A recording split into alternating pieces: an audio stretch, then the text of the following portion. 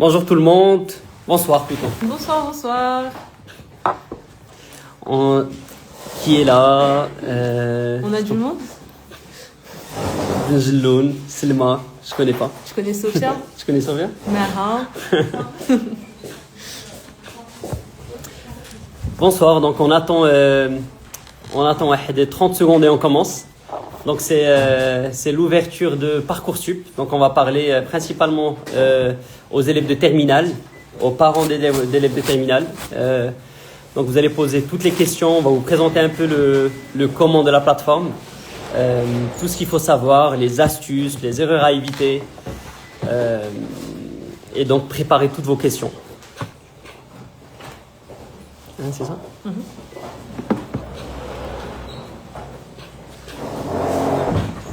Bonsoir. Nouveaux arrivants. Ok, donc on commence. On va parler du calendrier Parcoursup. On va parler du calendrier, donc les dates à respecter, à ne pas oublier. On va parler de la plateforme, de comment ça marche, comment on peut retrouver les formations qui vont nous intéresser. Et puis on va parler des études de commerce, les études en fait les plus demandées. Donc on va parler des études de commerce, de droit, d'architecture, on va parler des écoles d'ingénieurs. On va parler de médecine, de tout ce qui est PASS, LAS, les différences, les stratégies à adopter et les erreurs à éviter. Et par la suite, donc, toutes les questions, on va répondre à toutes les questions que vous aurez posées entre-temps.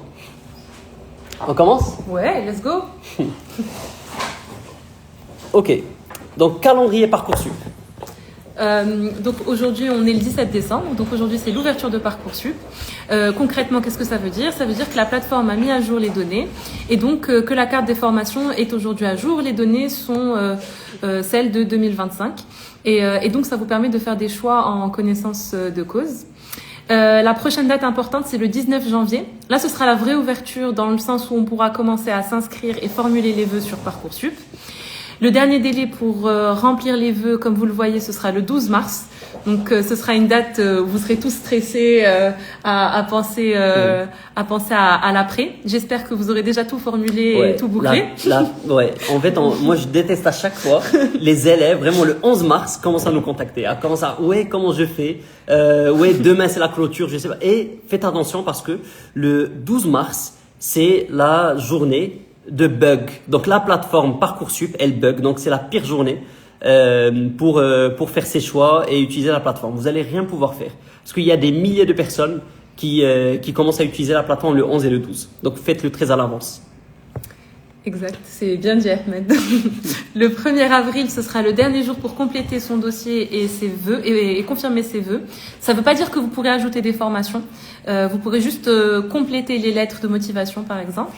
Et puis, le 2 juin à 18h, ce sera la date des résultats, en espérant en avoir de bons.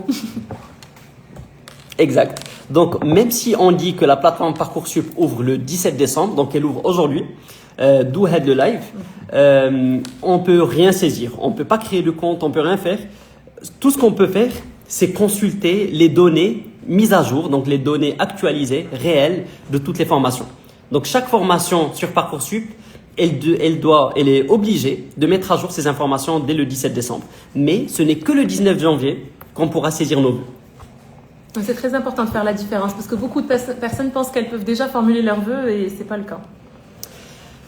Comment ça marche alors, Yasmine? Comment ça marche? Plateforme au global.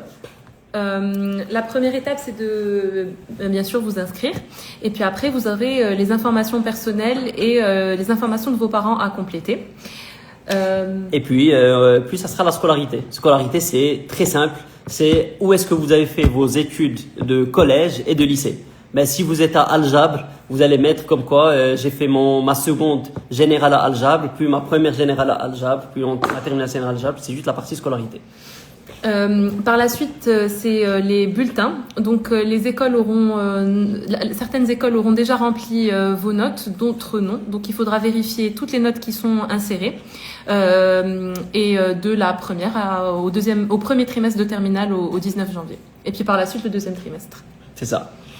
Une fois on a saisi toutes les infos personnelles, la scolarité, les bulletins, ben, ça sera pour les fameux vœux et sous-vœux.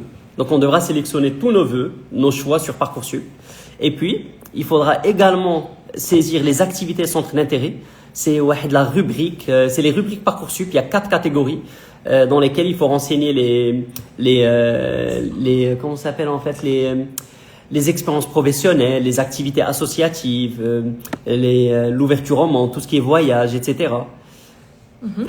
Ensuite, il faudra compléter les lettres de motivation. Donc, pour chaque formation que vous aurez sélectionnée, mais en fait, il faudra expliquer en fait vos motivations, la raison pour laquelle vous avez sélectionné l'école, qu'est-ce qui vous a donné envie, ou qui, quand c'est le cas, et pour chaque formation sélectionnée. Ouais. Ça doit être fait. Très bien. Et à la fin, il y a également quelque chose qui s'appelle les procédures parallèles. Donc, quand on s'inscrit à un concours, il faudra en parallèle partir sur la plateforme de ce concours et de compléter les informations, choisir des modalités. Donc il ne faut pas oublier cela. Vous allez bien sûr recevoir des mails suite à la saisie de ce vœu et à sa confirmation, mais ne pas oublier qu'il y a des procédures parallèles dans d'autres sites web hors Parcoursup. Par la suite, on va voir les formations disponibles. Donc, quelles sont, Yasmine, les différentes formations qu'on peut sélectionner sur Parcoursup? Alors, les différentes formations qu'on peut sélectionner sur Parcoursup, il y en a plusieurs. La première, ce sont les licences à l'université. Ce sont des formations qui sont théoriques et assez spécialisées dans des domaines. Donc, par exemple, je peux sélectionner une formation en économie ou en gestion. Et ce sera fait dans une université et c'est en 3 ans. C'est quoi la prochaine formation qu'on peut sélectionner? Dans les universités, il y a également des cursus master en ingénierie. Mais globalement, la majorité des formations en université, c'est les licences. Après, il y a les classes préparatoires aux grandes écoles. C'est ce qu'on appelle la prépa ou les CPGE. C'est des formations en 2 ans, soit pour intégrer des écoles d'ingénieurs. Donc, dans ce cas, on fait une prépa scientifique. Ou bien, on fait une prépa économique, ECG ou ECT, en fonction de la filière générale ou STMG, pour intégrer des écoles de commerce par la suite. Il y a les CPES, c'est une nouvelle formation qui date de 2022, qui est très élitiste, qui ressemble aux classes préparatoires. C'est en 3 ans. Soit on fait la première année pour intégrer des classes prépa par la suite élitistes comme Henri IV, Louis le Grand, etc. Ou bien on l'a fait pour intégrer un master par la suite. Mais on vous donne, en ce moment, on peut pas trop approfondir, mais on vous donne les mots-clés. Après, n'hésitez pas à poser les questions en commentaire. Il y a les BTS et les BUT.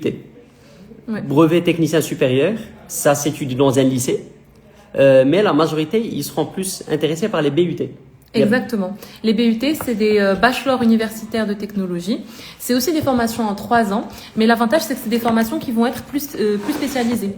Et ça vous donne tout de même accès aux écoles. Si c'est un cursus plutôt scientifique, ça va être des écoles d'ingénierie. Sinon, ça peut être des écoles de commerce en passant des concours. Donc c'est une formation qui va être spécialisée. L'avantage, c'est que c'est professionnalisant.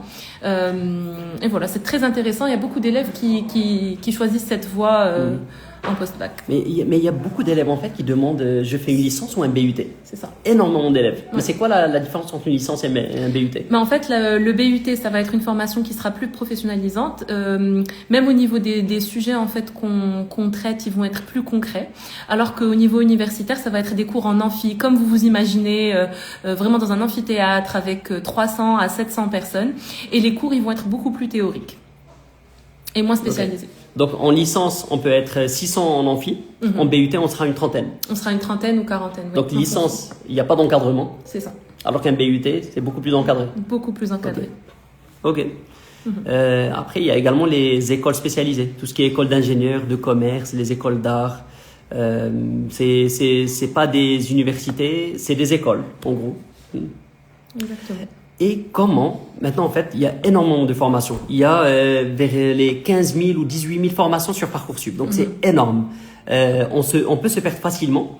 La question, c'est comment on peut retrouver les formations. Alors en fait, sur Parcoursup, vous avez une carte interactive et qui vous permet de choisir et la formation et le lieu où vous voulez la sélectionner. Par exemple, je peux chercher une licence en économie à Lyon et en fait sur la carte j'ai la formation que je sélectionne. Et ça me permet d'avoir beaucoup plus d'informations et des données qui sont très spécialisées. Et en fait, la nouveauté cette année sur Parcoursup, c'est que vous avez même une sorte de calculatrice qui vous permet de sélectionner les spé que vous avez et les notes que vous avez à peu près. Et en fait, ça vous donne une idée du taux de personnes qui avaient un profil similaire au vôtre qui ont été acceptées. Et du coup, ça vous permet vraiment d'avoir une visibilité et de choisir en conséquence. Ouais, mais à quel point c'est fiable? Donc là, on sait très bien depuis l'année dernière. Donc on met nos spé. On met nos notes. Par exemple, je peux dire que je suis en spé. Je vais sélectionner sur Parcoursup dans une simulation. Je vais mettre que je suis en spé maths physique.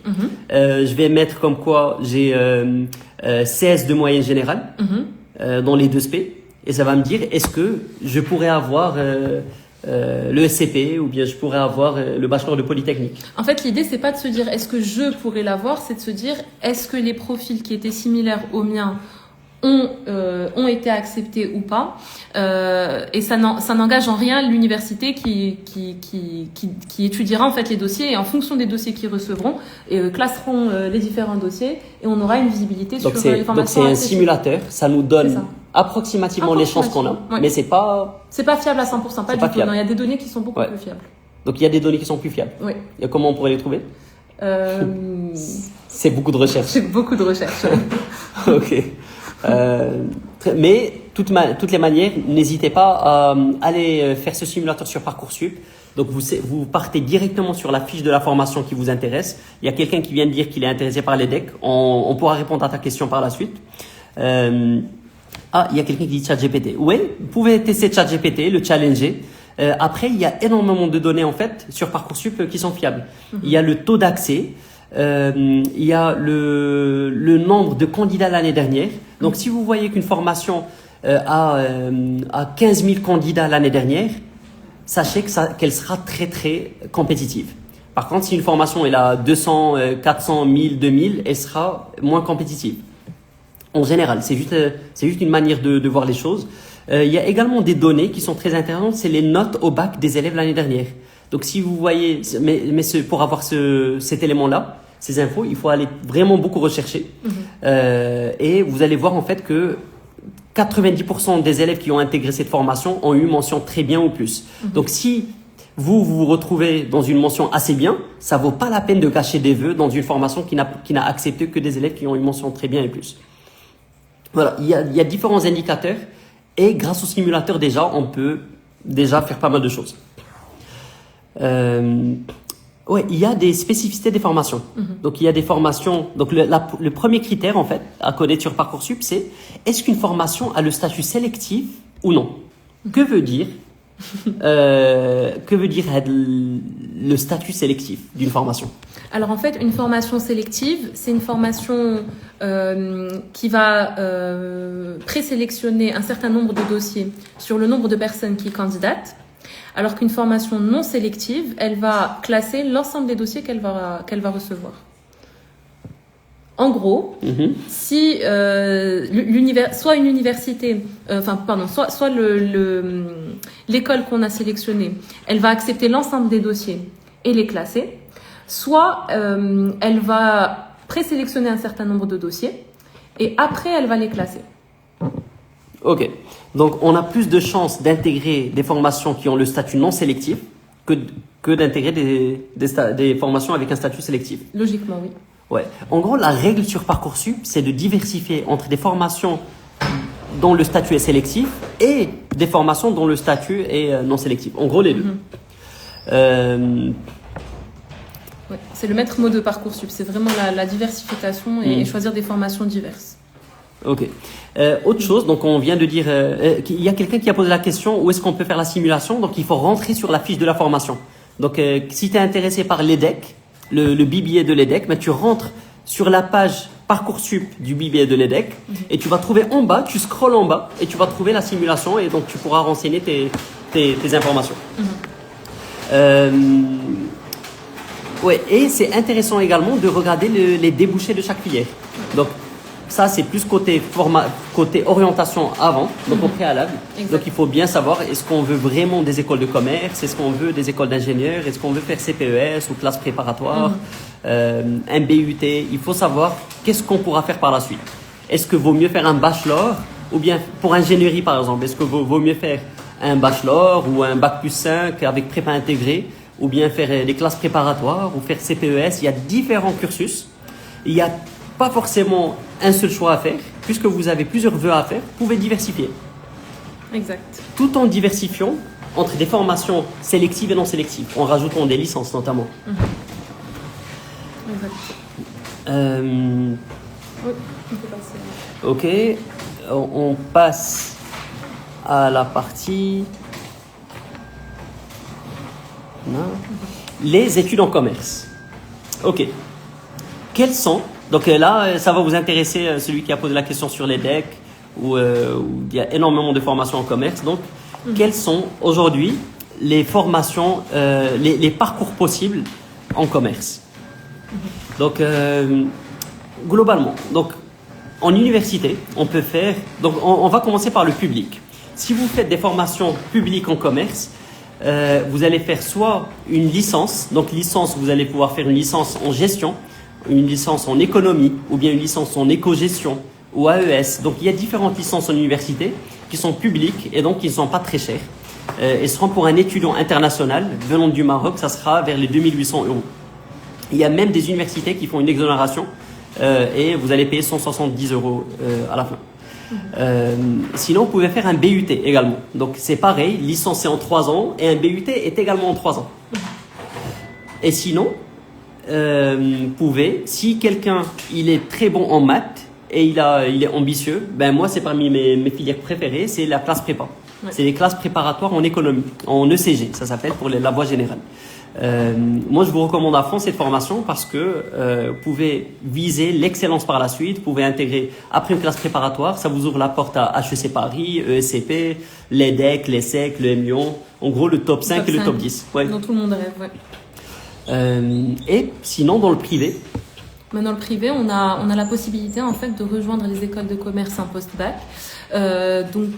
C'est soit des formations en 3 ans qu'on va appeler un bachelor, soit une formation en 4 ans qu'on appellera Bachelor in Business Administration, et sinon c'est une formation en 5 ans qui s'appellera un PGE, Programme Grande École. Donc, et tout bachelor. Il y a le bachelor en 3 BBA, ans, il y a le BBA en 4 ans et le PGE en 5 ans. Et ça, c'est les options qu'on va avoir dans les écoles de commerce post-bac qui vont être privées. Okay. En fait, l'idée, c'est juste de se dire, est-ce que mon objectif, c'est de faire une école de commerce en bachelor et puis par la suite diversifier, aller vers une autre école en master, que ce soit en France ou à l'international, ou bien est-ce que dès le départ, je veux être casé dans une école et donc faire le programme grande école, faire les 5 ans, obtenir mon master et travailler avec. Donc c'est vraiment, ça va dépendre en fait de ce que vous visez, de ce que vous voulez faire. Ok. Et ok, très bien. N'hésitez pas à poser des questions sur tout ce qui est études en commerce. On va passer la filière suivante, qui est le droit. Donc le droit, c'est assez classique. Si vous voulez sur Parcoursup faire une licence en droit, faire des études en droit, le plus classique, c'est de faire une licence en droit qui est publique. La majorité y cible des études en droit, d'une licence en droit à la Sorbonne, à Paris Assas. Donc, soit à Paris ou hors Paris, il y a énormément d'universités qui sont très connues en France. Et donc, c'est des études en 3 ans. Et par la suite, vous rajoutez un master, un M1 et M2. Donc, 2 ans de master et par la suite, vous finissez 5 ans. Et on a de plus en plus, en fait, on remarque que énormément d'élèves préfèrent partir faire droit en France. Ouais.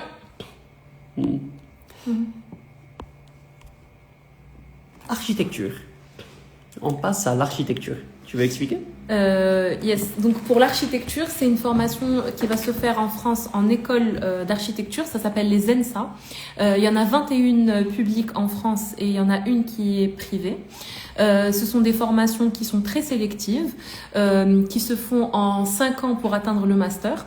Et après, on a une année d'habilitation. Donc concrètement, l'habilitation, elle va me permettre d'ouvrir mon cabinet et de signer mes dessins, mes croquis. Et dans ce cas-là, ça me fait 6 ans d'études. Donc c'est une carrière qui est assez commune avec la 6e année d'habilitation. Mais c'est la même chose, même au Maroc, c'est 6 ans. Même au Maroc, c'est 6 ans. Donc c'est quoi la différence entre le Maroc et la France en architecture? Maroc, en fait le Maroc, tu es obligé d'atteindre 6 ans. C'est ça. Donc le Maroc, si vous voulez faire architecture, soit il y a le public, vous faites l'ENA, l'École nationale d'architecture, ou bien vous faites une école privée comme l'EAC à Casablanca, ou l'UIC à Bouskoura, ou bien l'UIR à Rabat, etc. Euromed à Fès. Donc il y a différentes voies, différentes écoles privées au Maroc. Et la publique, qui est la plus demandée, c'est l'ENA, qui est à Rabat ou dans 6 villes au total. Mais on est obligé de terminer les 6 années. Par contre, en France, oui, on peut atteindre jusqu'à 6 ans, mais on peut arrêter à 3 ans ou 5 ans. À 3 ans, on a le diplôme d'études en architecture.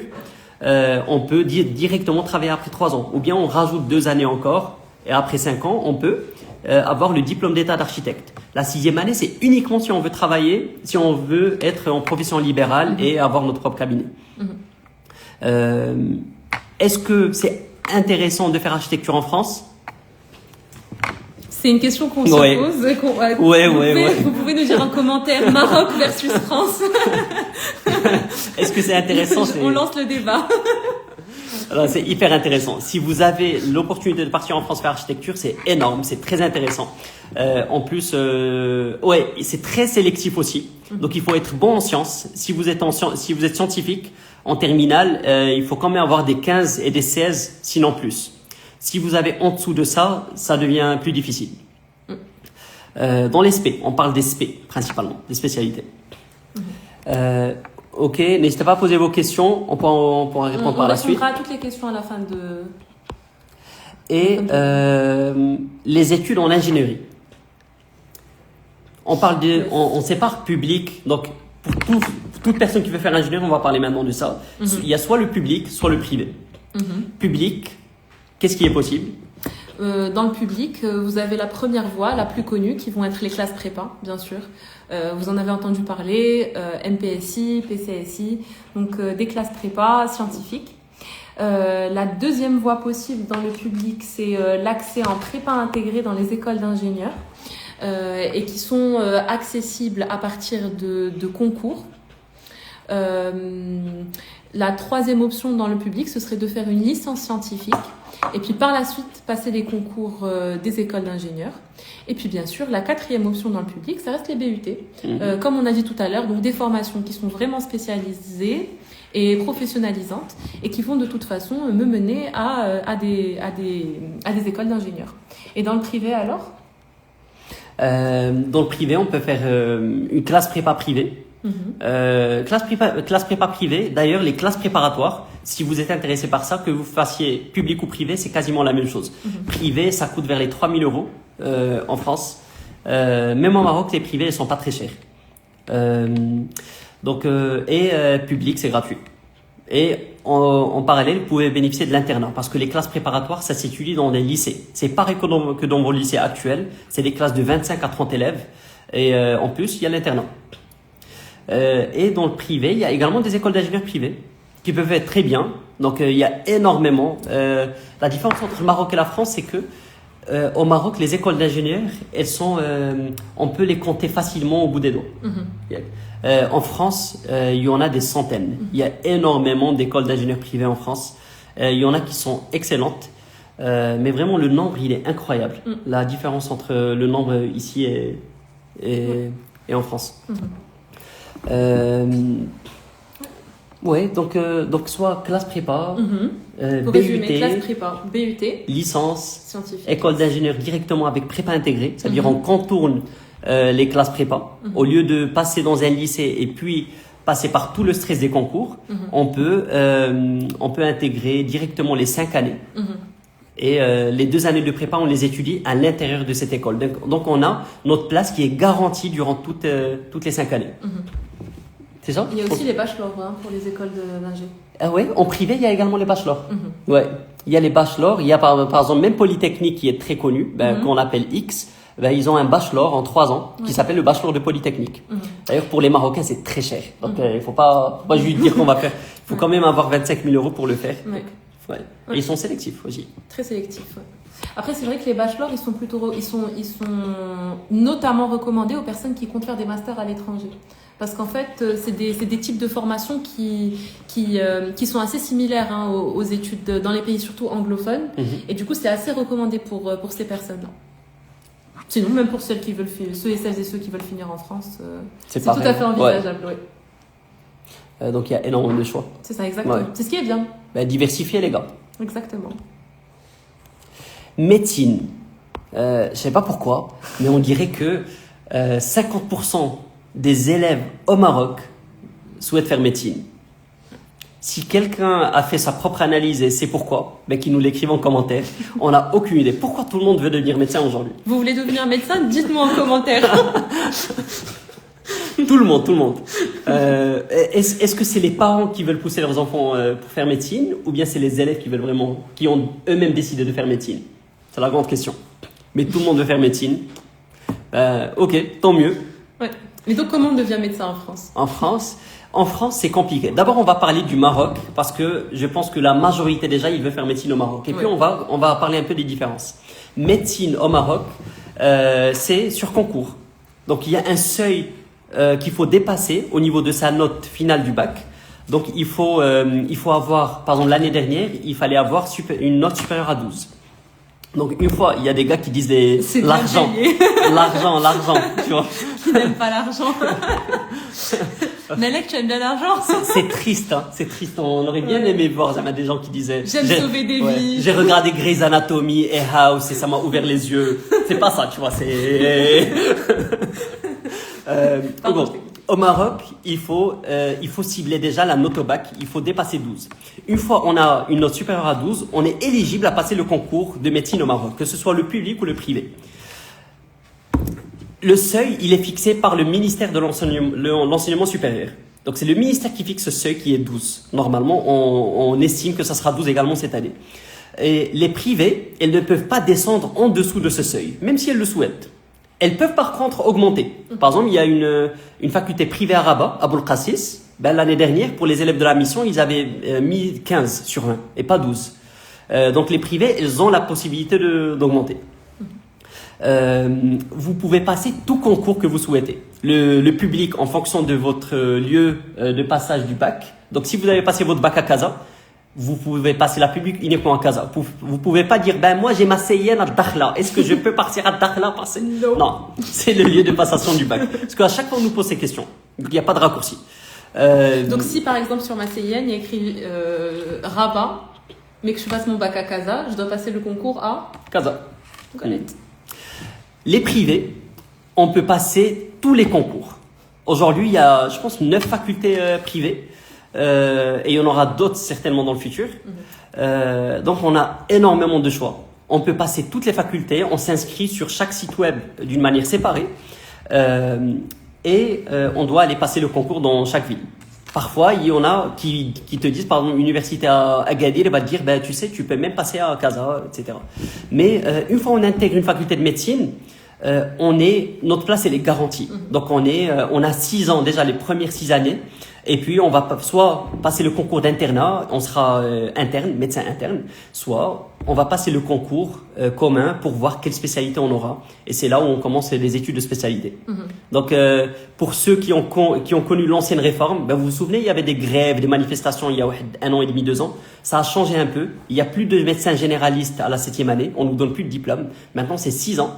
Et c'est qu'après qu'on passe un concours pour voir quelle spécialité on va étudier. En France. Maintenant, est-ce que en France c'est aussi simple ou pas? Parce que au Maroc c'est très simple. Tu passes ton concours, tu rentres après, et tu commences à passer tes examens chaque semestre. En France, c'est un peu plus compliqué. Bit twisted, comme on dit en anglais. Donc en fait, la première année. Ça fait comment en France? Alors en France, tu as 2 options. En France, tu as l'option des PASS ou des LAS. Mais en gros, ça s'appelle l'accès santé. Donc PASS, c'est parcours accès spécialisé santé, et là c'est licence accès santé. Et donc l'objectif de ces deux licences, c'est d'accéder au concours MMOPK, qui va me donner accès à la médecine, maïeutique, odontologie, ça va pas sortir. Odontologie, c'est la chirurgie dentaire. Odontologie, P de pharmacie, et puis bien sûr K de kiné. Et donc, c'est des concours qu'on passe pendant la première année, au premier et au deuxième semestre. Et en fonction de mon classement, j'aurai accès à l'une des formations MMOPK.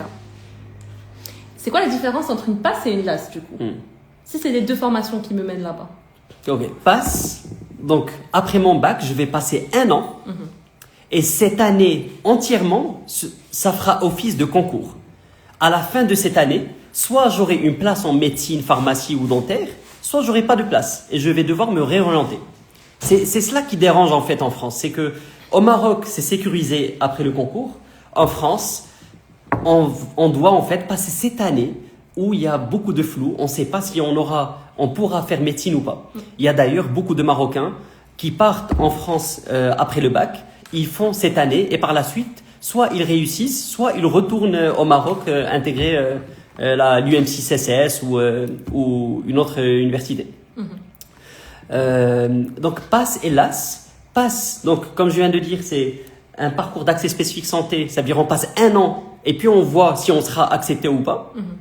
LAS, c'est une licence accès santé. Donc on choisit une licence en droit, en maths, en psychologie, avec une option d'accès santé chaque année. Chaque année de licence, donc la licence c'est 3 années.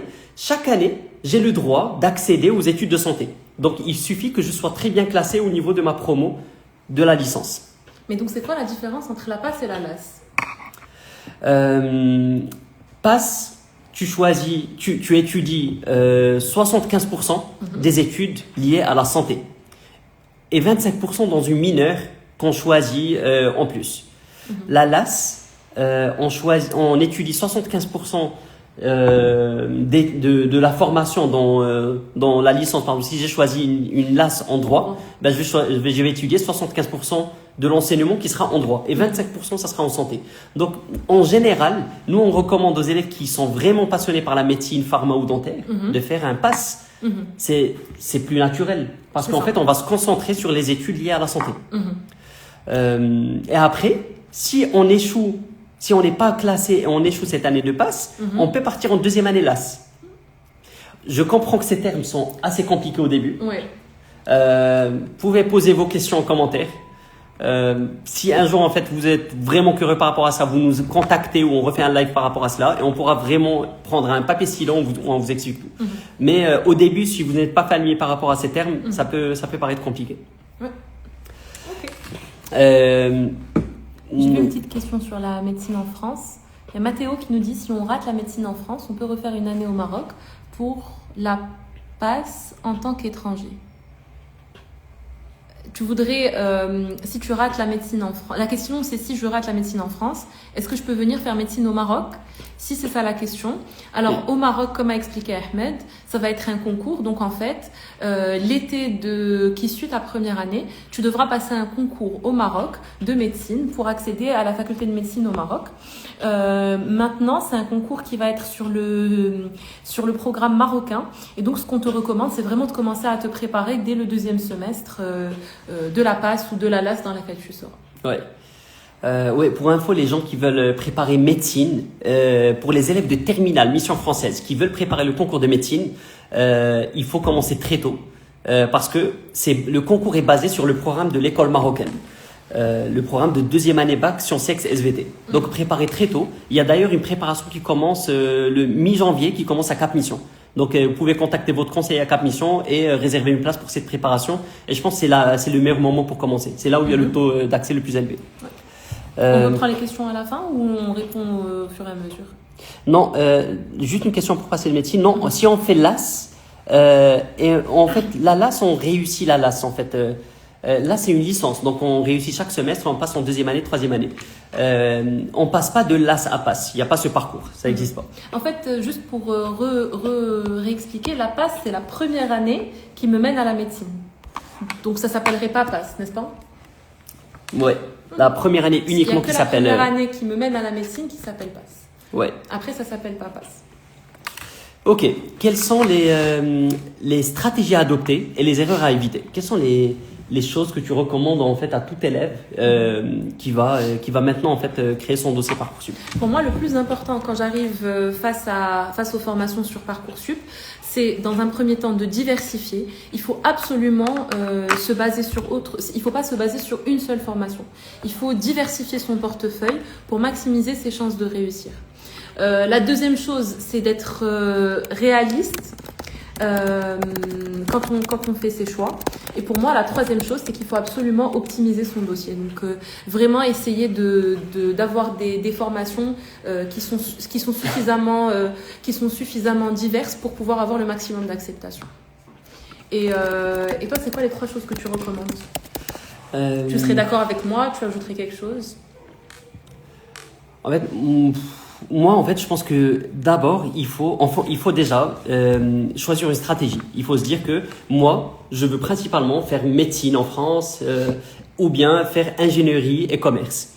Si j'ai 2 formations, deux orientations possibles, ben, je vais choisir des pondérations. Je vais dire que j'ai 40%, je vais mettre 40% des vœux en ingénierie et 60% en commerce. Ou bien 60% en ingénierie, 40% en droit. Ou bien diversifier entre 3 types d'orientation, 4 types.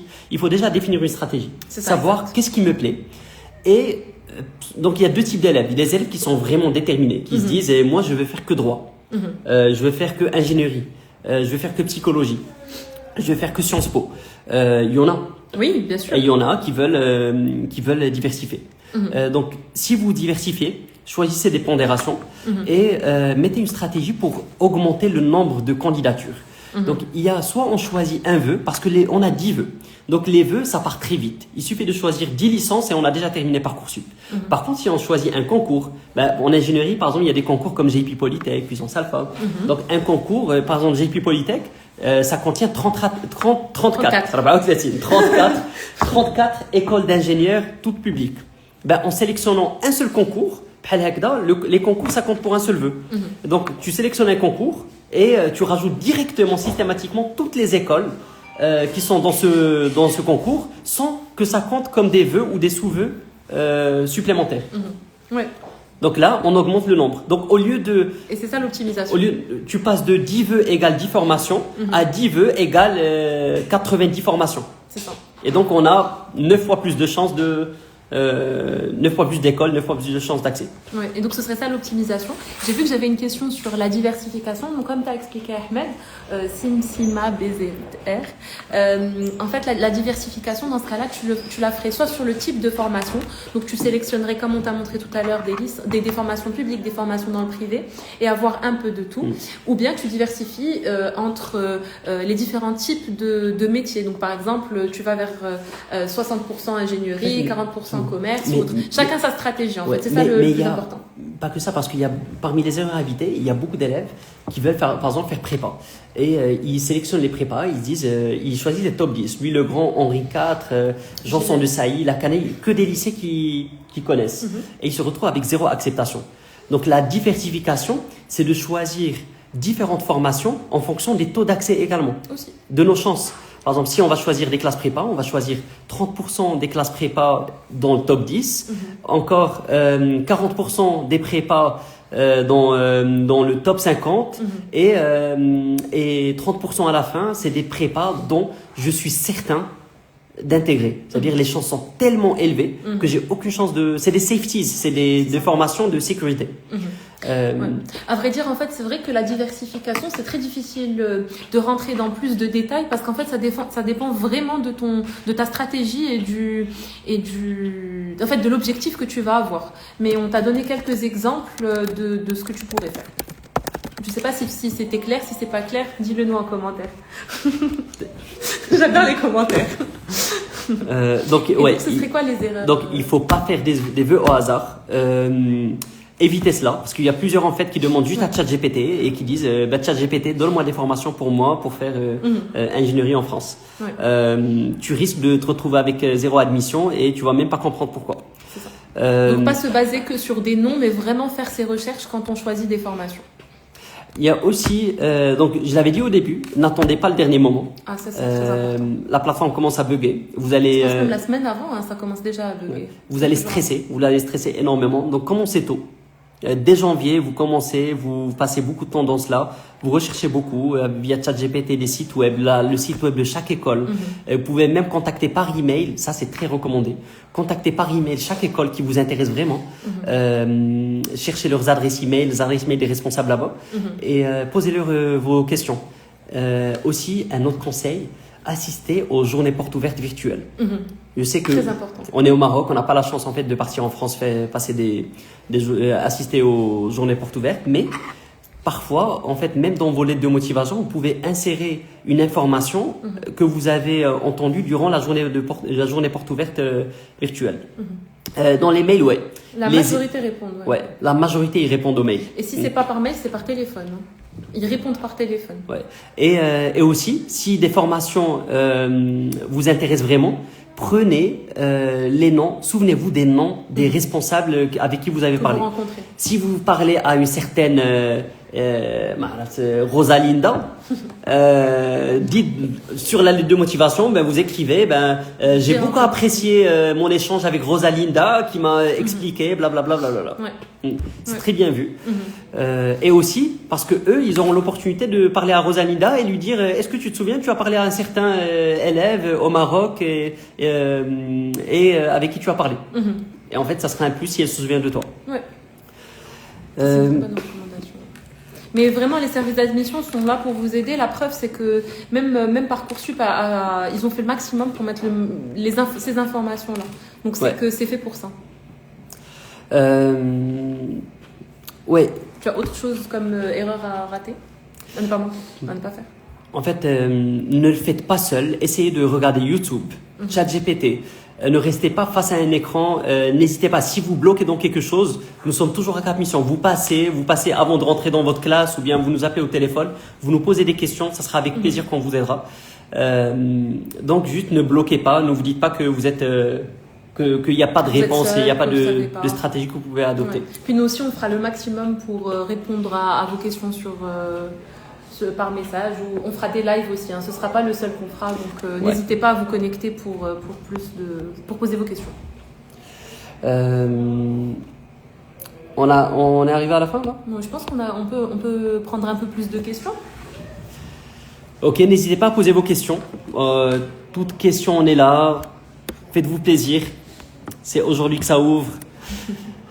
Est-ce qu'il y a une différence entre traitement des Marocains bac français et les Français ayant un bac français? Et les Français?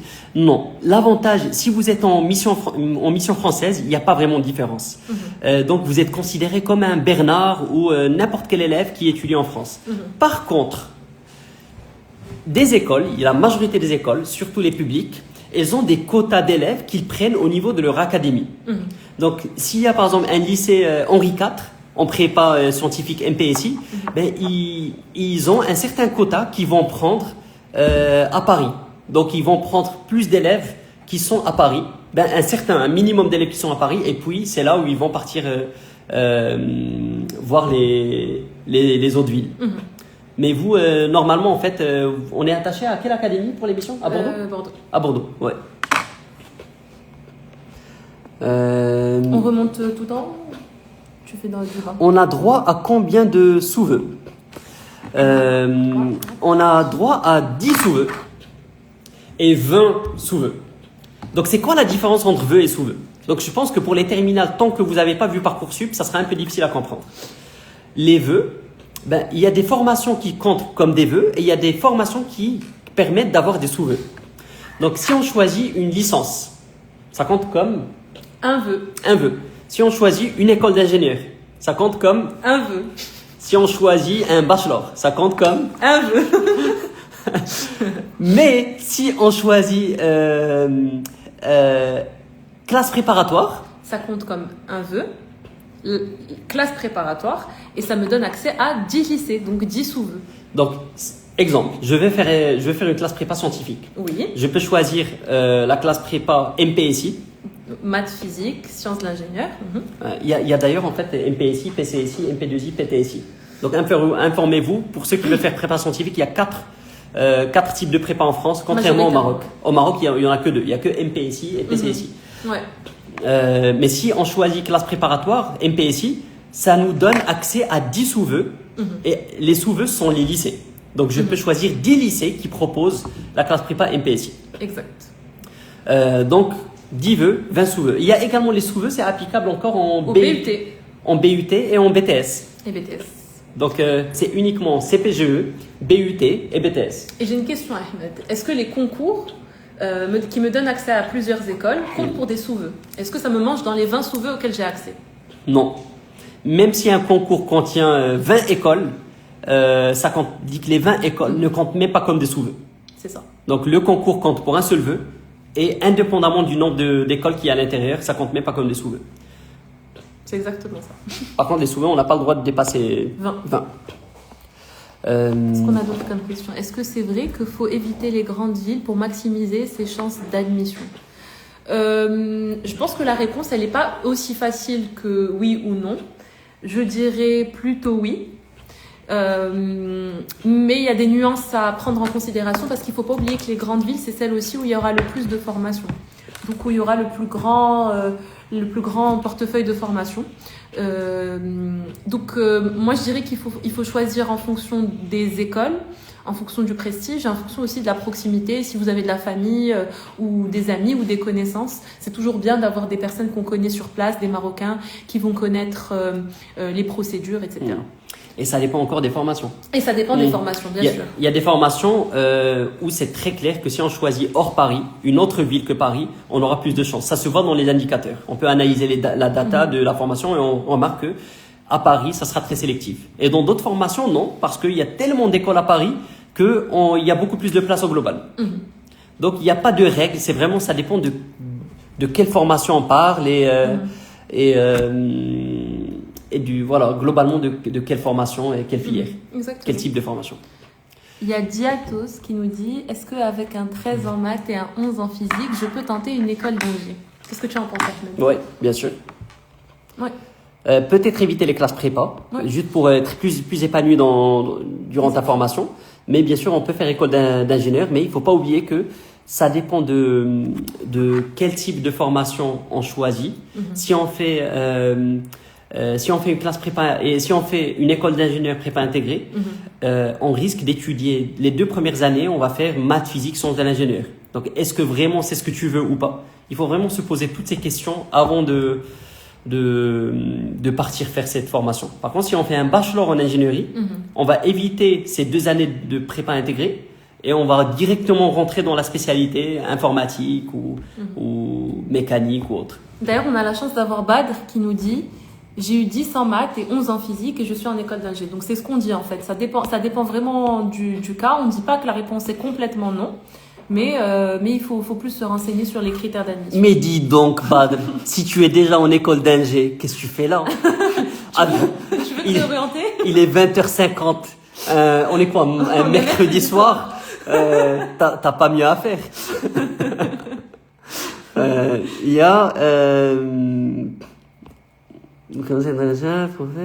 y a des études en fait par rapport à il y a des gens qui demandent par rapport à l'expertise comptable. Il faut d'abord pour faire des études en expertise comptable, il faut d'abord faire une école de commerce ou de droit. Il faut faire un master par la suite. Par la suite, si tu fais une licence en gestion et par la suite tu fais un master, le master recommandé c'est un master CCA. C'est comptabilité, contrôle, audit. Sinon, tu peux faire un bac plus 5 dans une école de commerce et par la suite faire un cycle d'expertise dans une école. Pour du commerce international, partir faire ses études dans un différent pays est un plus. On va parler en fait, si on parle de commerce en général, il faut savoir que quand on fait des études en commerce ou en ingénierie, on fait des troncs communs au début. Donc, on se spécialise pas directement. On fait pas directement après le bac. On se dit pas que je vais pas partir faire de l'expertise comptable ou je vais faire de la finance ou je vais faire du commerce international. Je fais un tronc commun de 2 ans minimum et ce n'est qu'à partir de la 3e année que je commence à me spécialiser. Donc, tant mieux pour vous. Comme ça, les 2 premières années, ça vous permet de tout découvrir. Tout ce qui est fiscalité, marketing, droit, RH, vous allez tout découvrir durant ces 2 premières années.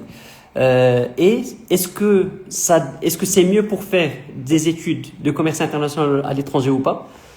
Probablement, je pense que oui. Ce sera toujours valorisé. Après, ça dépend parce que ça dépend où est-ce que tu veux avoir du réseau. Est-ce que tu as déjà un travail qui est garanti ici quelque part et donc ça serait intéressant d'avoir du réseau des gens. Réseau, c'est du network et l'avoir au Maroc. Ben dans ce cas-là, peut-être vaut mieux rester au Maroc ou bien rentrer un peu tôt, directement après tes études. Mais en général, pour des études de commerce, est-ce que c'est intéressant ou pas? Ça dépend de l'école aussi. Il y a des écoles en France qui sont très bien reconnues au Maroc et ça vous ouvrira pas mal de portes quand vous allez retourner. Est-ce qu'on peut postuler dans toutes les académies en France? Oui, bien sûr. Ouais. Tu peux candidater et donc partout en France métropolitaine et les dom-tom aussi. Ah oui. Tu peux aller en Guadeloupe, à La Réunion, si c'est quelque chose qui te chante, oui. Ouais. En termes de classement école de commerce, quel est le plus fiable? C'est toujours compliqué de répondre à cette question. En fait, il y a différents classements. Vous allez trouver les classements Le Figaro, classement l'étudiant, classement Totis, énormément de classements possibles. Moi, en fait, ce que je préfère le plus, c'est de faire... moi, j'aime bien faire mon propre classement. Je me base sur le nombre de candidats de chaque formation. Si je vois que la formation qui a été le plus demandée l'année dernière, elle avait 15 000 ou 18 000 demandes. Là, une autre, elle a eu 12 000 demandes. Je peux supposer que celle qui a eu le plus de demandes, elle est meilleure et donc plus demandée.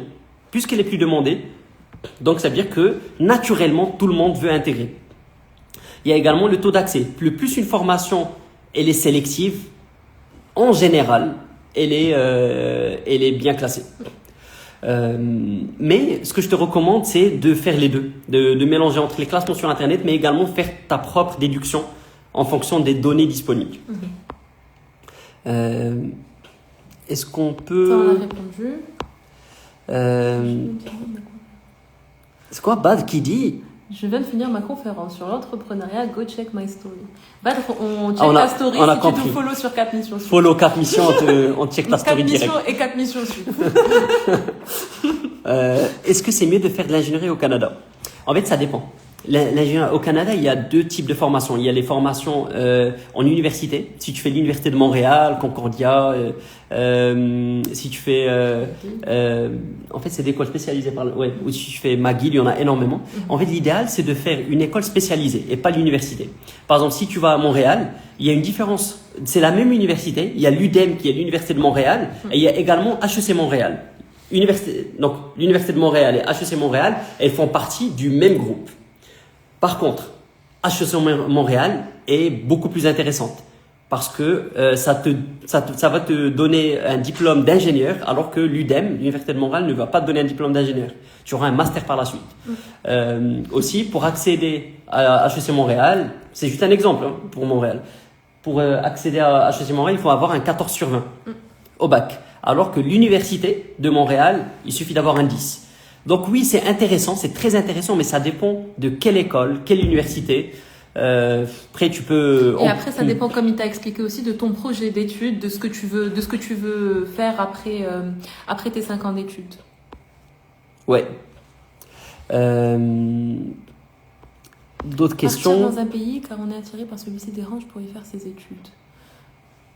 Mais ça dépend de ce que tu veux étudier, Mathéo. Ouais, pas forcément. Partir dans un pays quand on est attiré par celui-ci dérange pour y faire ses études? Non, pas du tout. Au contraire. Moi, j'irais bien dans un pays qui me plaît, qui m'attire. Au contraire, je pense que ça peut être un critère important. Ouais. Quel cursus et métier recommandes-tu pour une personne qui veut prendre sa retraite à 35 ans? En gros, ils veulent tous de l'argent très vite. Déjà, pas médecine. Non. Retraite à 35 ans, probablement l'entrepreneuriat. Et le commerce au Canada, pareil en fait. C'est pareil que l'ingénierie. Il y a des universités, mais il y a même pas que Montréal. Il y a Polytechnique Montréal et l'université, mais il y a HEC Montréal qui fait pour le commerce et la finance. Ça dépend de quoi. Mais le commerce au Canada, c'est très intéressant. Mais faites attention. Par exemple, si vous visez le Canada, étudiez très bien la politique migratoire, d'immigration de la province où vous allez vous installer. Donc, si vous allez partir à l'Ontario, c'est pas la même chose que si vous allez partir au Québec. C'est pas la même chose que Manitoba ou ouais. Donc, par exemple, à Montréal, il y a beaucoup de difficultés aujourd'hui par rapport au permis d'études pour les étudiants provenant de l'étranger. Donc, informez-vous par rapport à toutes ces informations. Ne partez pas directement en tant qu'étranger et par la suite, vous allez vous sentir bloqué. Ah, je savais pas que je pouvais pas avoir un permis d'études, que ça vient de changer. Donc, tous ces détails, étudiez-les avant de faire votre choix final. Mais aujourd'hui, n'hésitez pas à augmenter les choix, postulez un peu partout. Et après, venez nous voir et on prendra une tarte au citron et on pourra décider avec vous.